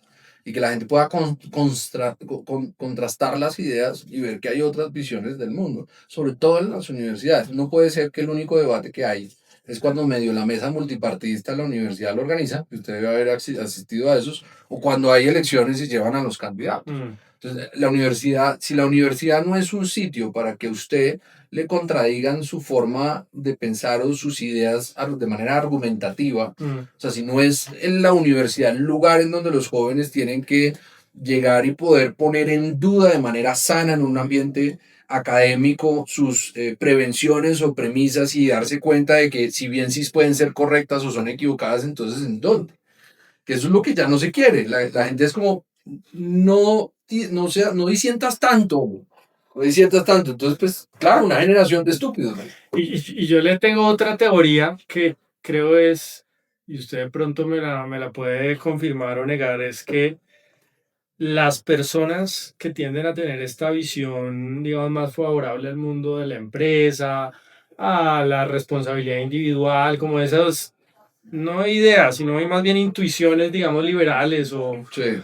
amigables con el libre mercado, etcétera, se van al mundo de la empresa y hacen empresa, ¿no? Entonces son los que están haciendo rápidos, los que están haciendo Platzi, o los que están haciendo estas startups, o están trabajando en empresas, o se van, ¿no? Entonces, hay como una succión. Entonces, no sé, y por el otro lado dicen, oiga, pero es que la política, hablar de política para terminar como Kirk o como Miguel Uribe, ¿para qué? Entonces, hay pocos incentivos para que esa generación y ese capital humano importante, valioso, que quizá podría estar ayudando intelectualmente a esto, pues está dedicado a otras cosas, ¿no? Y a otras cosas quizá Sí. más atractivas. No sé si. Yo he hablado con muchos que son empresarios exitosos que hablan súper bien, pero tienen el miedo, la prevención, o sea, exponerse al conflicto no es para todas las personas. Mm, Ir a un debate en televisión en vivo a contrastar ideas, sobre todo con la agresividad que generalmente lo recibe a uno un tipo de izquierda, ¿no? sí. Que no es lo importante su argumento, sino decirle que usted es un nazi, que usted es un asesino, un paramilitar, un narco. Le ha La, tocado a usted duro en Cable Noticias, por ejemplo. sí, pero yo siempre salgo porque a mí me gusta el diálogo, porque yo creo que si el debate se acaba todo. Y se siente cómodo A mí en esos sí, intercambios incluso duros. yo, Raúl, No le angustia. no, porque yo no lo tomo personal. Y porque el problema es cuando usted se toma el debate personal. Mm, Yo estoy confrontando ideas. Cuando ellos se lo toman personal, usted pierde. Y de hecho, para cuando usted está debatiendo con una persona, sí es más fácil ganarles el debate. mm. Si usted se calienta y se engancha y dejan que se le metan debajo de la piel, pues ya usted perdió. Yo creo que el debate de ideas sano es hacia donde tenemos que ir más. Y por eso le digo, el momento que comencemos a dejar de no meternos en esta lucha, de hacer este activismo que hemos, por donde nos conocimos, de Mm, activismo digital y estos espacios, eh, ellos van a seguir con el monopolio y ese monopolio se va a volver cada vez más agresivo y el discernir o el pensar distinto va a ser cada vez más difícil. Y si no hay más voces como nosotros intentando dar unas visiones alternas, o por lo menos de dar las visiones alternas, desmintiendo lo que nos están intentando imponer, nos vamos para el carajo. Pero yo sí creo que la forma de retornar ese talento, de retornar a esas personas que tienen una visión del mundo, eh, no tanto como la de uno, sino en pro de la libertad, en pro de las empresas, en pro de salir adelante, de generar valor agregado, o si bien de también de trabajar y hacer una carrera como empleado dentro de una gran organización y sacarla adelante, pero ser un miembro productivo de la sociedad, no que le regalen nada. Si nosotros no hacemos esa pelea comunicacional ahorita, esa gente no va a volver y se va a ir, porque vamos a perder todo. Entre otras cosas, es un poco abrir la trocha para que otras personas no les dé. Y porque cuando usted y yo ya no estemos, pues sí necesitamos que haya también juventudes que se quieran meter en el debate, que salgan sin miedo a las cámaras y que hablen sin tapujos de una visión distinta a la que ellos sí se les emociona mucho y tienen mucha habilidad, porque también recuerden que el comunismo y la izquierda también se autoentrena para comunicar. Siempre comunicaron mejor que nosotros, siempre fue mucho más atractivo, siempre arrancan con la superioridad moral, entrenan a muchos con los que yo he debatido que no tienen ni idea de lo que están hablando, sino que repiten como una grabadora, van escupiendo lo que les han adoctrinado, pero ellos no saben ni de dónde vienen, ni por qué es así, ni digamos han tenido la posibilidad en la universidad de que les den el contraste. Entonces hay muchos debates que yo creo que son fáciles de derrumbar, que son buenos de tener, porque como lo que promovía Charlie Kirk, que a mí me inspiró en muchas cosas, usted puede haber estado de acuerdo en muchas o desacuerdo en otras. A mí lo que me gustaba el man era la tenacidad y la disciplina de promover el debate y el debate con los que piensan distinto y intentar desmontar las ideas con respeto y manteniendo solamente la palabra como una forma de intercambio. Yo sí creo, y lo he visto o lo he sentido porque estudiantes me lo han dicho, cuando usted va a muchas de esas universidades públicas, usted le debe haber pasado, o también de ahora en universidades privadas, a los pelados que piensan como nosotros les da miedo hablar. Totalmente, sí, Porque claro. el maestro se les viene encima como le pasó a Girón, que es ridículo que haya pasado eso en una universidad de ese talante. O que los mismos compañeros con la agresividad, la estigmatización, el insulto, El bullying. tampoco dejen hablar. Sí. Entonces, yo sí creo que uno, usted, yo, Mateo, Diseño, Jerón, bueno, somos ya como cada vez más grandes, Jairo Ladino, Daniel Maldonado, y cada vez me emociona que haya más jóvenes en esto. Terminamos siendo voces que al hacer nuestro activismo demostramos una sola cosa muy sencilla, Julio.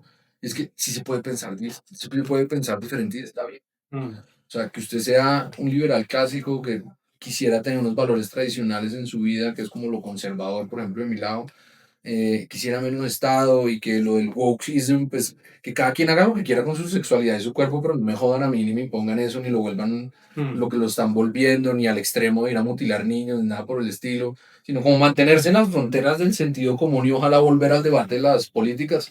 Sí se puede, o sea, sí está bien, muchachos, pueden pensar distinto. Y eso es lo que las universidades no están enseñando. Sí, que no sé, sobre todo que no se sientan solos, ¿no? Creo que esa sensación de A estar mí me ha pasado, acompañados. le debe pasar, a mí mucha gente se me acerca y me dice, oiga, usted qué berraco el activismo, tal. Usted dice las cosas que yo quisiera decir, o no puedo por el trabajo, o no me atrevo porque no tengo pues, la personalidad para eso, ni quiero hacerlo, o porque fue madre, si yo lo digo, hasta mi propia familia me va a funar, como dicen los jóvenes de anterior día, que es la palabra que recientemente acabo de aprender. O por lo menos también muchos jóvenes me dicen, oiga, pues puta, perdón la palabra, ahí pone el pip, si se puede ser conservador está bien. Entonces usted puede decir que es conservador, eso no es pecado. Que es como cuando pasó lo de Abelardo, entre Salvación Nacional y lo de Abelardo, ¿no? Nos llamaban medios de comunicación y decían, pero ¿cómo así? La pregunta, ¿cómo así que ustedes se unieron? Y no sé qué. Sí, sí, los conservadores existimos y nos hablamos, ¿no? Y generalmente nos podemos unir, ¿no? Porque ya es ser un... ¿Y por qué los cuestionaban? O sea, ¿qué les sorprendía de la...? Porque yo creo que si bien hay un dominio por ahora de la izquierda en el monopolio, pues también a los liberales el sectarismo colombiano es una cosa muy jodida. Y para un grueso de los liberales y de la izquierda, pues que existan los conservadores es terrible. O sea, uno es un monstruo, es lo peor que hay. De hecho, yo le he dicho porque me ha pasado que para varios liberales del establecimiento liberal, uno es peor que Petro. O sea, uno es, o sea, prefieren volver a Petro 2026, o sea, prefieren que Petro se reelija a que la posibilidad remota que un conservador llegue al poder. Y eso es la historia ahí para atrás, desde el Frente Nacional y sobre todo pues con los conservadores, por ejemplo, de mi casa, que con lo de Álvaro, con lo de mi abuelo, con lo de Laureano, pues eso uno es el monstruo. Entonces, y uno realmente, yo lo que creo es que este país no necesariamente tiene que ser conservador, como siempre le digo al viejo, o sea, está bien que hayan liberales, pero todos seamos democráticos, mantengámonos en la frontera del sentido común. Y ojalá este país, que en vez de estar desmintiendo de si un hombre que se viste como mujer es mujer, deberíamos estar hablando cómo solucionamos el tema de hambre en La Guajira, en muchas partes de nuestro país, cómo logramos soberanía energética, cómo saneamos nuestras finanzas. A mí también hay veces me enerva que estamos atorados en unos debates o el estupidísimos. sistema de salud, ¿no? Que no son, O el sistema de que salud. tampoco hay soluciones triviales para todos esos problemas, Fíjese, ¿no? por ejemplo, y aquí le voy a tirar otros puntos de cariño y admiración a Jerome. Hablar del sistema pensional, que es el futuro, en el mundo, la política social va a ser la discusión del futuro, porque como se está bajando la tasa de natalidad, no van a haber suficiente población activa, económicamente activa, para poder solventar y financiar la seguridad social. Ella ha logrado traer el foco a un tema aburridísimo que nadie hablaba. Yo hice mi tesis de eso, pero nadie, pero pues no me, ni mi novia se la leyó, pues, o sea, nadie se iba a leer eso. Entonces, pero Jerome logró traer, siendo joven, la atención a eso y así como, hey, te vas a quedar sin pensión. Cuando eso de que es uno de los temas centrales, pero es ladrilludo, pero cualquier otro tema, no sé, el tema de los toros, el tema de la ideología de género en los colegios, cualquier otra de las estupideces que la agenda woke puso, eso sí recibe toda la atención, todo el foco, toda la prensa está aquí cuando hay una gente seria diciendo como, compadre, se va a quebrar el Estado colombiano si no resolventamos eventualmente el pasivo pensional. Y ahí ya todo el mundo como que se queda dormido. Jerome logró traer la atención a un tema aburridísimo, también con ustedes, no se metan con mi ahorro, con mi ahorro. Claro. Pero yo creería que el país debería estar más en esas conversaciones, en esos debates ladrilludos y aburridos, pero lastimosamente lo que vende en política como en comunicaciones es el show. Entonces nos toca tirar sangre allá para ir a decirle a todos esos pendejos que nada de eso funciona, desmentir un poco todas esas barbaridades y esos desabruptos que hicieron perder a Kamala Harris, que hicieron perder a la izquierda en muchas partes, y volverse a decir, bueno, Julio, y después tengamos el podcast, ¿eh? ¿Cuáles pueden ser unas buenas opciones de sistema pensional? ¿Será que el multipilar o hacemos una renta universal para ciertos estados? O sea, esa conversación no la estamos teniendo, estamos concentrados en unos problemas ridículos cuando los problemas macro están totalmente descuidados. Y eso nos dimos cuenta ahorita en el proceso, porque si bien estamos entre la democracia y la dictadura con Petro, pues yo con mi padre estamos haciendo el ejercicio junto con un equipo programático de, bueno, maestro, las finanzas. Resuelvo cómo vamos a conseguir plata después de que este loco pase este presupuesto, ¿no? Entonces, esos son problemas que el país debería estarse concentrando más que lo otro, pero lastimosamente no es así. Hay que seguir haciendo la lucha, haciendo la lucha. Oiga, Nicolás, yo escribí un libro antes de ganar a Petro, y si gana Petro, yo un poco pensando en lo que iba a ocurrir en un gobierno de este talante. Yo decía, bueno, esto puede ser como una brisa o puede ser como un huracán, pero es mejor prepararse y salir con su brillo. Sí, de todas maneras, y salir bien abrigado. Algunas cosas han pasado, otras no, sobre todo porque creo que el gobierno ha sido incapaz de aplicar algunas de las ideas más tontas, más estúpidas que había en su programa de gobierno, por diferentes razones. No han pasado en el Congreso o se han demorado, como el tema de la reforma a la salud, el tema de la pensional tampoco ha podido ser finalmente todavía puesto en práctica, y otras ideas. Yo sé que eso no es algo agradable de pensar, pero yo creo que el ejercicio es importante, es qué pasa si continúa el proyecto del pacto histórico en cabeza de Cepeda o en cabeza de Quintero. ¿Cuáles serían las consecuencias? ¿Seguiríamos en digamos, sí, digamos, no en la ocurrencia del peor escenario, eh, o esas controles institucionales se caerían definitivamente? Usted habla de que la democracia está en juego, sí. Efectivamente, en un gobierno de Iván Cepeda, de Daniel Quintero. Pues haciendo prospectiva, sencillo. Si el gobierno del pacto gana, quiere decir que tiene que haber sacado una mayoría relevante en el Congreso, inevitablemente. O sea, si ellos eventualmente ganan, van a mantener lo que tienen en el Congreso o más. Y la clase política que siempre es coherente aquí, siempre es de gobierno, se va a Sí. constituir, como ya hemos visto, que ahora están ahora en la posición, gracias a Dios, pero el día de mañana van a estar con el gobierno de turno, por eso están migrando. Eh, si ese escenario se da, como le digo, tendría el gobierno otros 4 años, pero tendría sobre todo el tema del Congreso y lo primero que haría Petro no es llegar a hacer lo que le faltó, sino es hacer la Asamblea Nacional Constituyente. Y en esa Asamblea Nacional Sabe Constituyente, todo.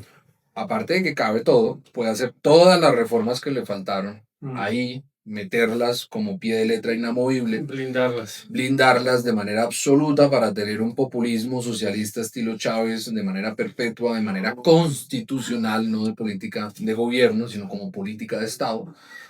Además de eso, haría yo creo que no la puerta a la reelección, pero puede hacer dos, la puerta a la reelección y a la extensión del periodo presidencial, o las dos, es los periodos larguísimos o periodos igual de 4 años, pero con reelección indefinida, y entramos en el mismo ciclo de lo de Venezuela, y es democracia, ¿no? Porque para la Cancillería y para el profe Mauricio en Venezuela es una gran democracia infalible, infalible, mejor que la de Estados Unidos en algunos aspectos, según él, pero entraríamos en ese ciclo de desastre. El problema es que Venezuela era tan rico que logró durar muchos años en esa irresponsabilidad. Colombia es todavía demasiado pobre y yo creo que no aguantaríamos por ahí 4 periodos a estar en un punto de que ya no hay cosas en los supermercados, ni no hay carne, ni nada por el estilo. Además de narcoestado, total. Porque yo sí creo que si el proyecto de Gustavo Petro continúa, Colombia está en ruta en un narcoestado. Totalmente. El proceso de paz total es eso. Es la impunidad garantizada para una transición política de los grupos armados, que todos son narcotraficantes al poder. Entonces, cuando usted hace esa Asamblea Nacional Constituyente, si Gustavo Petro gana, logra la Asamblea Nacional Constituyente. Reelección indefinida de su persona o de sus herederos. Es decir, el régimen petrista, así como el chavismo, se impone. La paz total se hace en el primer año de gobierno con representación política obligatoria de cada uno de los grupos, el ELN, el Clan del Golfo, disidencias FARC 1, disidencias FARC 2, y con el mismo nivel de precondiciones que ha exigido Comunes, ergo el Congreso se vuelve el grueso del Congreso se va a volver lo mismo que en Venezuela. Y se lo juro que se unifican todos en un pacto histórico 2.0, Frente Amplio, y termina siendo lo mismo que pasó en Venezuela. La criminalidad o los autoritarios socialistas corruptos, todos reunidos en un solo gran proyecto político que se perpetúa en el poder. ¿Cuántos lleva Chávez? ¿30 años creo que el chavismo lleva? Ya va para 30. 30 años. Va a pasar exactamente eso. O sea, si yo fuera Petro y quisiera quedarme en el poder, es que no se necesita hacer mucha prospectiva. Es exactamente lo que pasa. O sea, Petro gana las elecciones, sea Pizarro, sea el señor Quintero, sea cualquiera de los cafres que tienen ahí. Lo primero es Asamblea Constituyente, lo segundo es la paz total, y ahí ya perpetuarse en el poder con el tema de reelección, introducir a los grupos narcoterroristas dentro del Congreso, igual que el proceso de Santos. Y ahí ya apague y vamos. Ahí ya es el momento, o sea, si el petrismo gana, es el momento de que mucha gente, por el bien de ellos, si pueden, consideren tomar alternativas. Pero es donde yo no quiero llegar. Yo quiero vivir y morir acá, Julio. Yo quiero tener hijos acá. Quiero que mis nietos vivan acá. Y quiero que mi familia no se tenga que ir ni que tenga miedo de salir a la calle. Y quiero seguir haciendo el trabajo acá porque este país sí vale la pena. Este país puede ser multimillonario, puede ser el país más rico. Yo le calculo que si uno tuviera vocación de largo plazo como los chinos, que eso sí les admiro a los chinos, Colombia podría ser la potencia económica de Latinoamérica si se pone juiciosa unos 20 o 30 años. Tiene 2 mares, maestro. Todos los recursos naturales del universo. Una capacidad infinita. Podríamos ser, claro que Brasil es que es muy grande, pero mal manejado. Pero sí podríamos volvernos uno de esos pequeños, grandes países del mundo. 4 años perdidos, pero 8 años perdidos. Y súmele de para atrás, porque es que las cagadas también vienen del establecimiento liberal y también de unos conservadores que gobernaron en intermedio. Pero Colombia lleva un atraso de más de, no sé, 50 años de atraso.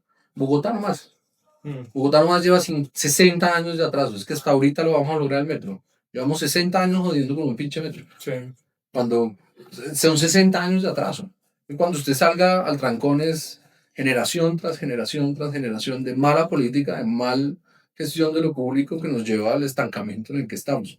Entonces, yo sí creo, por eso estoy con Abelardo, por eso estoy metiéndole alma, vida y sombrero, como dice, a que esto sea Abelardo o sea el que sea. Yo creo que Abelardo ya más o menos está quedando como el que es, obviamente apoyándolo, pero hay que llegar a hacer las cosas bien y ahí es donde también la unión no es solamente para elegir la persona y ganar las elecciones, es para gobernar. Y eso es lo que tienen que entender los partidos políticos.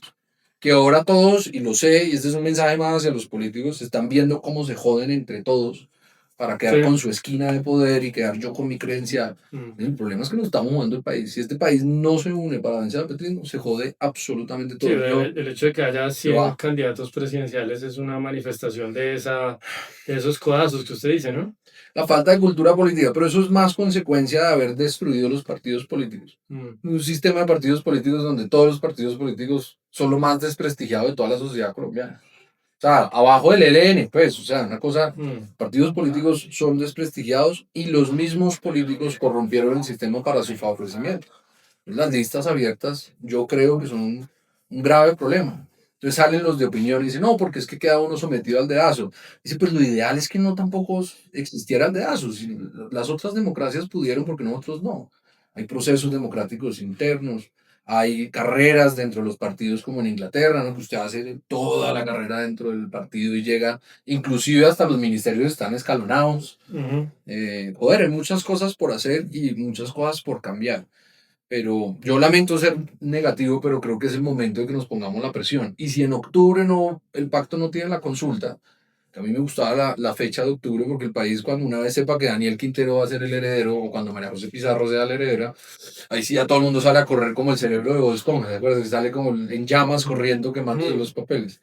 Pero yo creo que Y cree que el establecimiento es una palabra amplia. amplia. Sí, no, hablemos de el poder económico en Colombia se está movilizando en términos o digamos, en proporción a ese nivel de amenaza que usted menciona, o todavía está muy tranquilo. Ahí me ponen en una vulnerabilidad jodida porque yo sí creo que el capitalismo, amigos, no funciona. En Colombia, si usted me pregunta, voy a decir algo polémico, en Colombia no ha ocurrido un verdadero capitalismo. Sale toda la izquierda, ya se rasga las vestiduras. Yo sí creo que acá hay unos grupos, unos intereses especiales que les gusta el gradualismo, que tienen todo tipo de exenciones y privilegios especiales, que son estúpidos porque no permiten la verdadera libre competencia, el verdadero desarrollo, que es lo que hizo grande a los Estados Unidos. Acuérdense que en Estados Unidos la ley antimonopolio, que marcó un hito, digamos, en el mundo, Sí. de romper muchas de esas grandes estructuras que le estaban pasando lo que nos está pasando ahorita, que es que aquí hay un solo señor que tiene todos los bancos, y es que aquí hay un solo señor que tiene casi todos los medios de comunicación. Eso es ridículo en una sociedad que quiere tener un capitalismo y una libertad de mercado. Y ahí es donde yo llamo a la coherencia a los llamados libertarios y liberales clásicos, y me incluyo, que defendemos tanto esa libertad, pero nos quedamos calladitos cuando, por ejemplo, Mauricio Armitage tiene todas las madres exenciones y protecciones para cuidar su empresa y por eso es multimillonario. Pero eso multiplíquelo por todos los sectores. Que lo de Mauricio Armitage no solamente es en el cero, en todos. En todos pasa.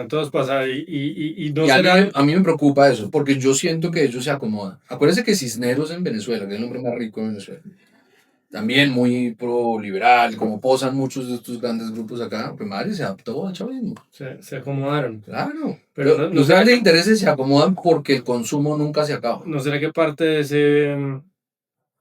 de ese acomodamiento y de esa condescendencia con ese capitalismo de amigotes es porque se ve como un mal menor frente a el socialismo?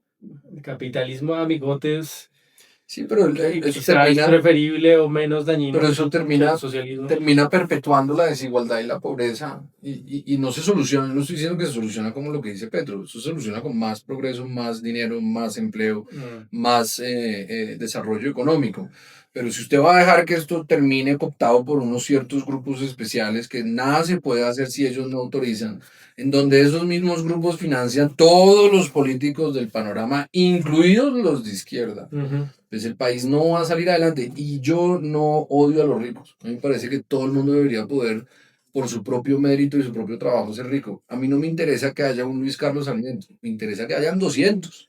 Claro. Si usted quiere que el país crezca, no podemos quedarnos con la vaina de que es que esto, que en eso Petro, Que nuestros ricos son muy pobres, digamos. Los ricos se tienen que enriquecer y la clase media también se tiene que enriquecer.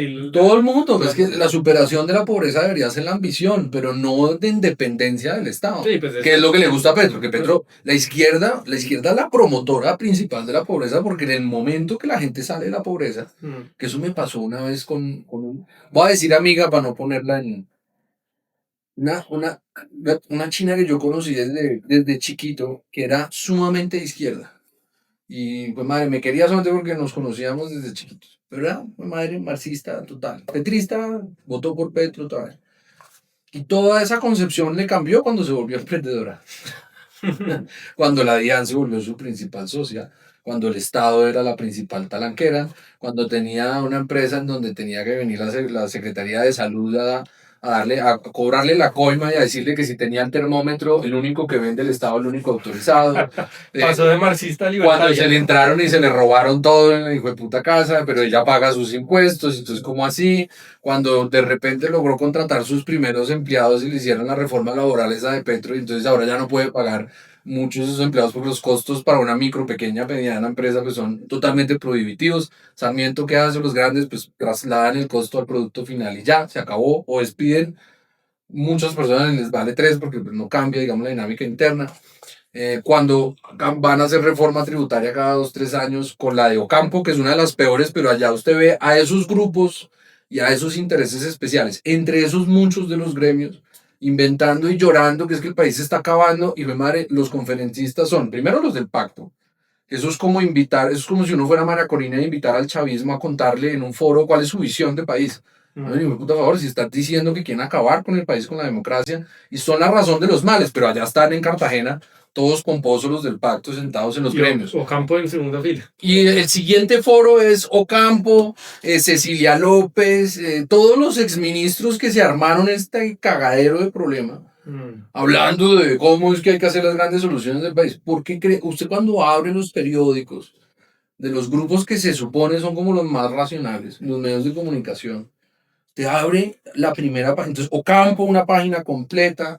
De la señora del pacto, que esta Gloria, la de pelo azul, que es chavista, que Gloria está Flores. Gloria Flores en plana completa. Entonces uno dice, a mí ahí es donde yo digo, complejo estos grandes intereses en dónde están. ¿Sabe qué me da esperanza? Para hablar de por lo menos algo positivo. Ese empresario pequeño, mediano e inclusive grande, pero no de la estratosfera, ¿sí? No multimillonario, pues. Estrato 6, no estrato 1000. No estrato 1000, pero estrato 6 es un tipo que tiene su empresa, tiene sus 2000 empleados, pero pues sí es muy rico, obviamente, pues es muy rico, pero no es un tipo, pues no es Bill Gates ni nada por el estilo, ni Sarmiento. Esa gente va a salvar el país. Depende de ellos así cambiar la política. Depende de ellos también sentarse a reflexionar si quieren que esos mismos combos, y ellos saben muy bien, de los estrato 1000 intocables, son los que se merecen tener todo en este país, o si podemos no quitarles. Yo no le quiero quitar nada a ellos. Yo lo que quiero es que las reglas sean lo más iguales posibles y más libertarias posibles para que esta vaina crezca. Y esa gente es la que va a terminar financiando estos esfuerzos de comunicaciones, porque a esa gente sí le duele. Que me lo decía un empresario, me dice, yo le ayudo. ¿Qué necesita? Yo le dije, maestro, no, no sé, unas cámaras y para hacer unos podcasts y unas vainas. Claro que ya ahorita no me da la vida con la campaña y tal, pero mi mamá me dice, oiga, sí, porque lo que cueste, si cuesta 10, si cuesta 15, si cuesta 20, pues yo prefiero con mucho esfuerzo, porque a mí no me sobra, darle esa plata a perder todo mi capital y tenerme que irme de mi país. Ese empresario es el que salva este país, no los grandes grupos empresariales. Que yo tengo mis problemas con la ley Mordaza, es jodida en muchos aspectos, pero también todas esas encuestas eran manipuladas por los grandes ricos. Esa es la verdad. También había encuestas chimbas. Y es que usted sabe, además que había unas que eran una chamorada, pero usted sabe que si usted es candidato, bueno, usted no ha sido candidato, pero si cuando uno es candidato,